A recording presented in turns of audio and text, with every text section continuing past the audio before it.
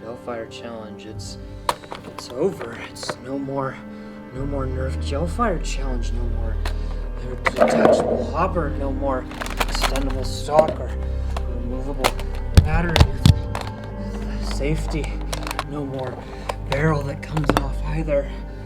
This Gelfire box includes Gelfire Mythic, 10,000 rounds. What's this? Hole in the top. Don't mind if I look inside. Nothing's there. It's just an empty box with the Gelfire Mythic. Oh, is that more Gelfire rounds? What's in the Gelfire? What's in the? Oh, it's another hopper. Oh, Nerf Pro Gelfire hopper Mythic. Oh, so many Gelfire rounds unused. Christmas came early, all these presents. I'll take this one, thank you very much. What is it? Oh, it's the Nerf Pro Gelfire Mythic.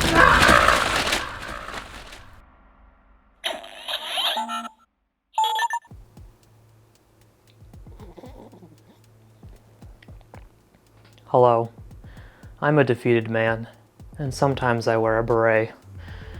One of the reasons I feel defeated is because of the Nerf Gelfire challenge of 2022. The other reason is because I already recorded this video and the audio just did not record, so I get to do it again. I can't wait to talk more about Nerf Gelfire with you today on my YouTube channel, because this Gelfire contest has not driven me to insanity. It is the best product that has ever been released, and the Gelfire Mythic is the best Nerf Gelfire blaster of all time. Well, it is the only one, so I guess I'm not too far off in that statement. And in case you forget, the Nerf Gelfire challenge was Nerf's latest and greatest TikTok challenge, where you had to post for 30 days straight, one TikTok per day, in order to win the grand prize of $30,000. The first 3 weeks, there were 3 winners, $2,000 each, and it was a fun way to help get people excited for the official launch of the Gelfire Mythic. So, who won? Did I win? Did I win the $30,000 grand prize? Don't you think I would have started with that if I had? While I may not be coming back to you guys with the grandest of news, I am also not walking away empty-handed. There's a lot to talk about, the good, the bad, the monotonous, and the Gelfire Mythic. So let's talk about the whole experience from the Now I do think I owe you guys an updated review of the Gelfire Mythic, since I've now had it in my possession for over 30 days. I've found the good, the bad, I've tested all the features, and I've also gotten to use it at least once in a 1v1, so some sort of game type setting. So what do I really think about it? Is it better than I initially thought? Is it worse? Is it worth the $80 price tag? This Nerf Gelfire Mythic was sent to me for review from Hasbro, so I'm obviously a little biased in that section, and my initial thoughts on it were, I still think, pretty fair. Overall, I didn't hate it. I like the look a lot more without the hopper on it, and I like the rechargeable battery in the handle. And the option to fire one at a time or full auto is nice, even though single fire is quite delayed. Full auto is really the way to go. But one of the biggest downsides about this blaster was the reliability in feeding, because after a bit of time, this blaster stops feeding without a little bit of a shake. And I mentioned that in my initial review, and I mentioned that I've seen other people have a similar issue. If I can demonstrate really quickly. Nope. Mine just stopped feeding, and I would need to give it a little bit of a shake. Nope. Oh, what's that? Nope. Nope. That's...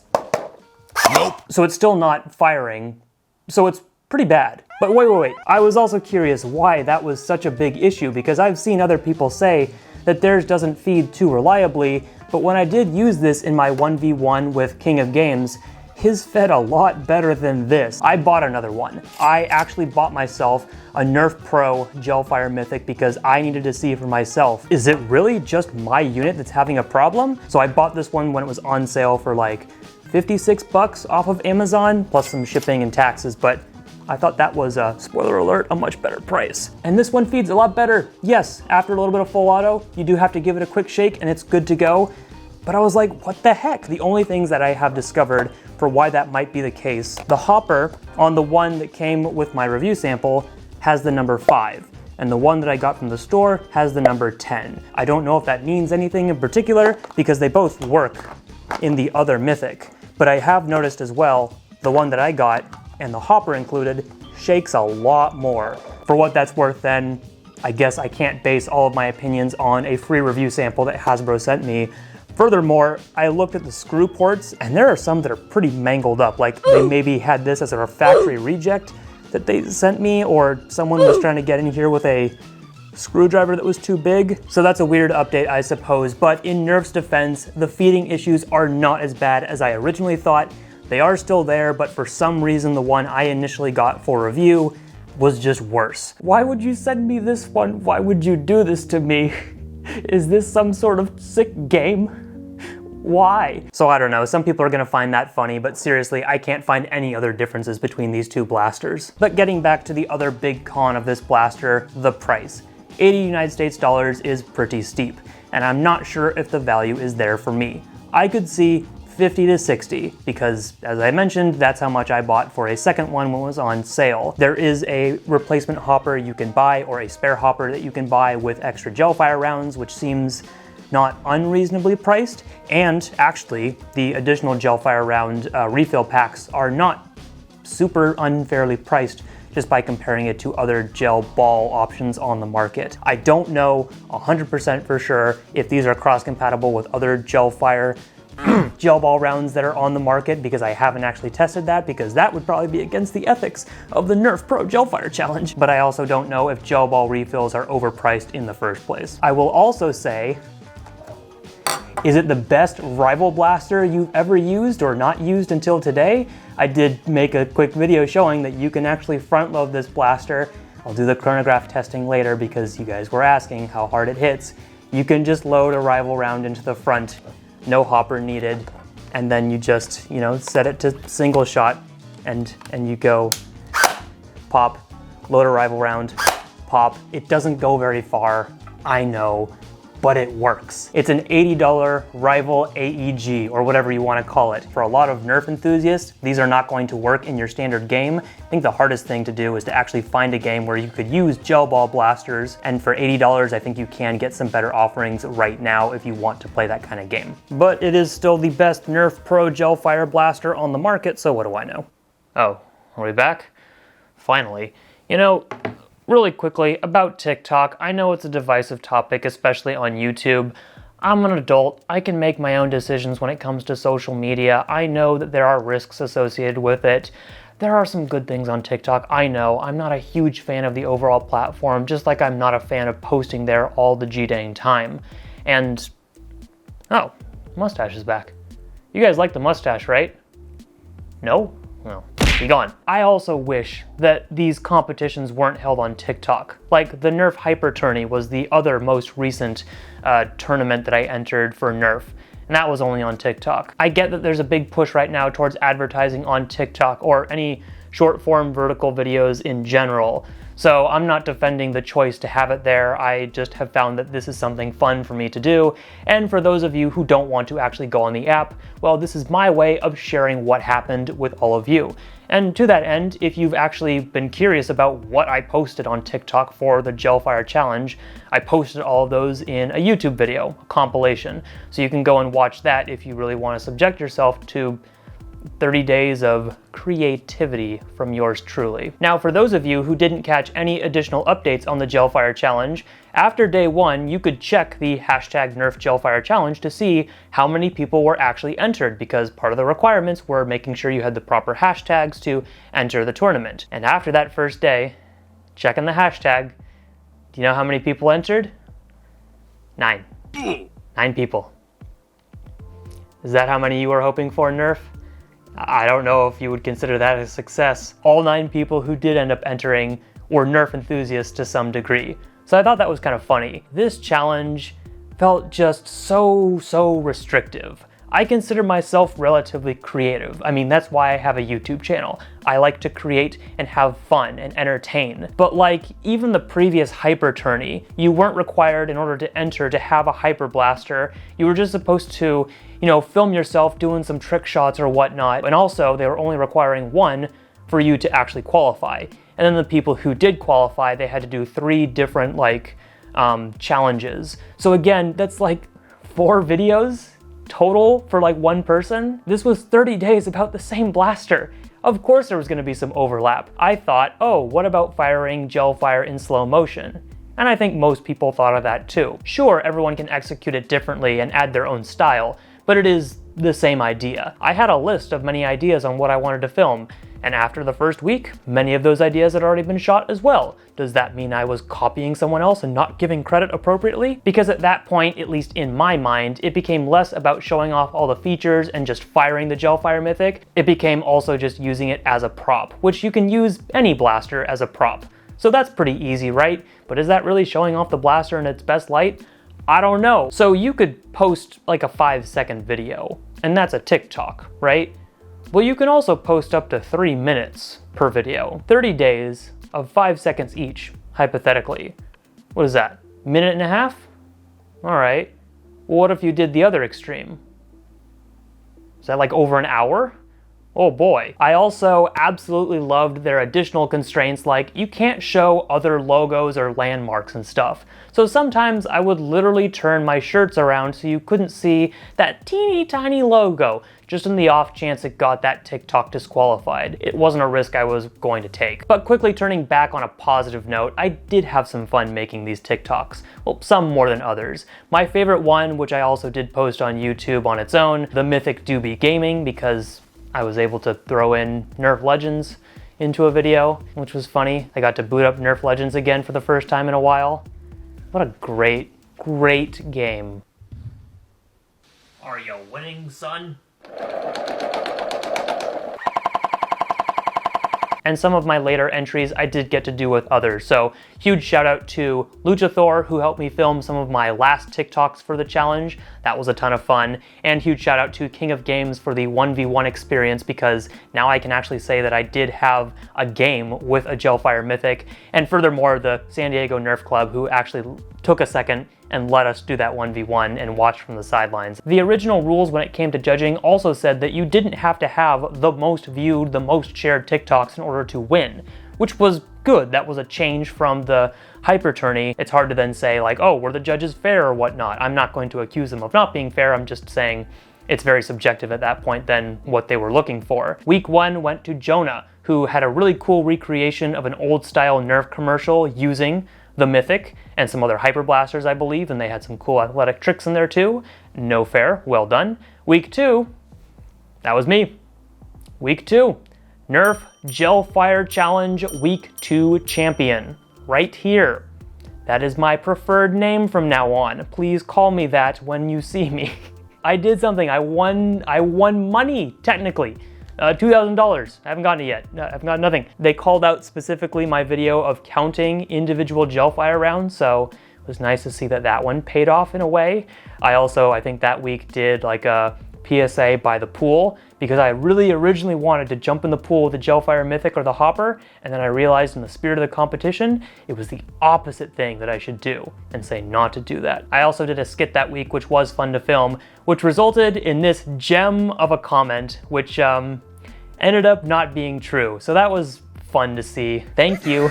Thank you for being wrong. Week 3 went to CJ Nerf, who did some range and accuracy tests along with a fun little skit, and he also injured himself during this competition. I don't think it was because of the Gelfire contest, but he finished it off with crutches, so shout out to that guy for staying true to the entire journey. And to that end, everyone who entered on day 1 made it all 30 days of posting. So seriously, like, you know, round of applause. We all made it through. This was not something easy to do. I know it sounds easy, but it wasn't. And ultimately, the grand prize winner was Ri-Fi, staying consistent with high quality Mythic videos, showing off features, fun testing footage, everything you could think of, he put it down in a TikTok. But I will throw out there that the most creative and entertaining TikToks came from Brian at Blaster Hub. So now that it's all over and looking back, my real question is, did anyone care? Like, I know the people who were posting did care, because we wanted to win some money. We wanted to be the true Nerf Gelfire champions. I did get at least one comment on like, yeah, we know you like the Gelfire Mythic, so I don't even know if the people who were eventually seeing these TikToks were aware that a competition was going on. There were posts from Nerf on TikTok advertising it,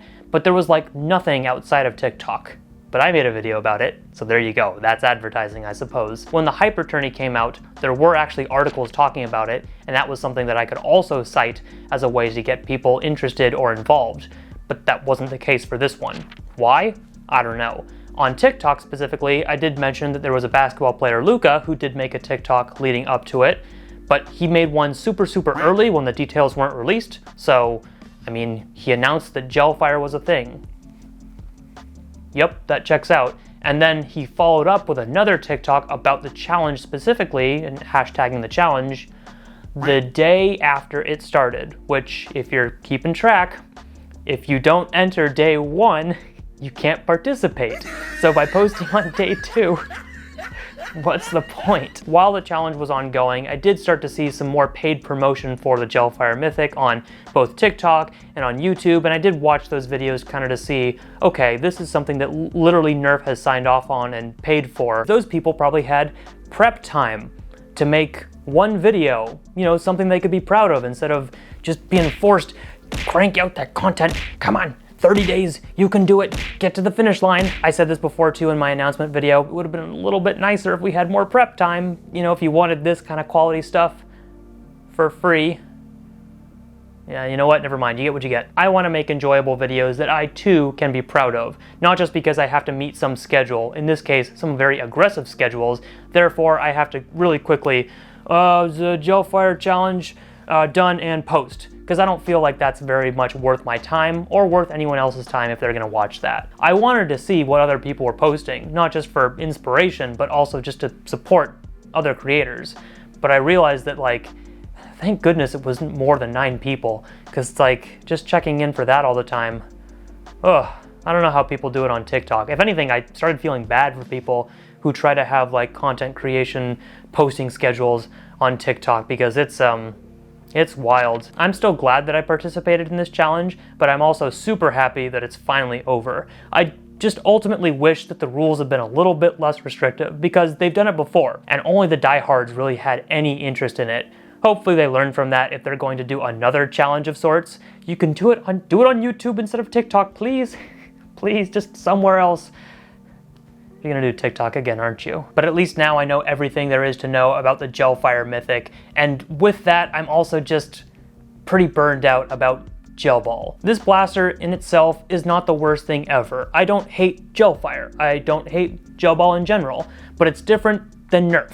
This isn't Nerf, right? You could probably use something like this more appropriately on like a paintball field or an outdoor airsoft field. Things are changing very rapidly around these products, so it still just feels really weird to see Nerf entering the space now. And there's a lot of other behind the scenes stuff that I'm not gonna talk about here involving like Nerf and Gel Blaster, but it's not so much for me. I like flinging foam. I'll play with Hyper more likely than I would with this. And my promise to you guys is that I will not be reviewing any more Gel Blasters on my channel. Caveat, I will continue to pay attention to the Nerf Gelfire line because it is related to Nerf, and ironically enough, it's that one little saving feature. It's not just a Gel Blaster, it's also the world's best rival blaster, don't at me. And I will be bringing this to games in the future in spite of everyone. I may also eventually look at what Dart Zone has put out for Gel Blasters, but just because they're tied into the name brands that I already pay attention to. Don't use them inside. They're a mess. I'm still cleaning up crap. They don't biodegrade. That is not true. They leave little plastic bits everywhere. But I know the push for Gelfire is real this holiday season because toy sales, and also because the world's largest creator, MrBeast, it looks like he's gonna have a Gelfire blaster.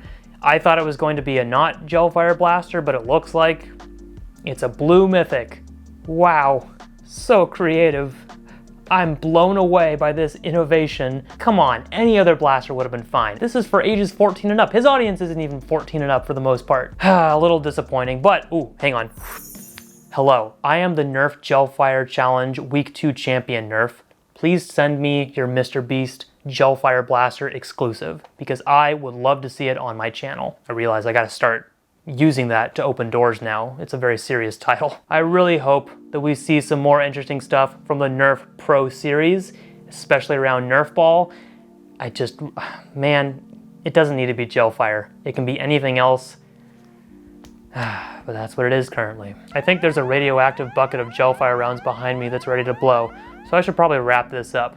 Thank you everyone so much for watching, but most importantly, if you watched on TikTok throughout this whole experience, thank you. Thank you for your support, be it on TikTok or YouTube. I greatly do appreciate it, guys. It wouldn't be possible without all of you to cheer me on from the sidelines. I can finally buy myself a Walmart Thunder Tank. Nah. I will see you next time with more Gelfire content because that's what people want. 30 days of posting? Pfft, that was the first 30 days. Let's do 60 days. Let's do more. It's all Gelfire content all the time. It's the mythic, the most mythical blaster of all time and all creation. Can I finally take a taste of the forbidden snack?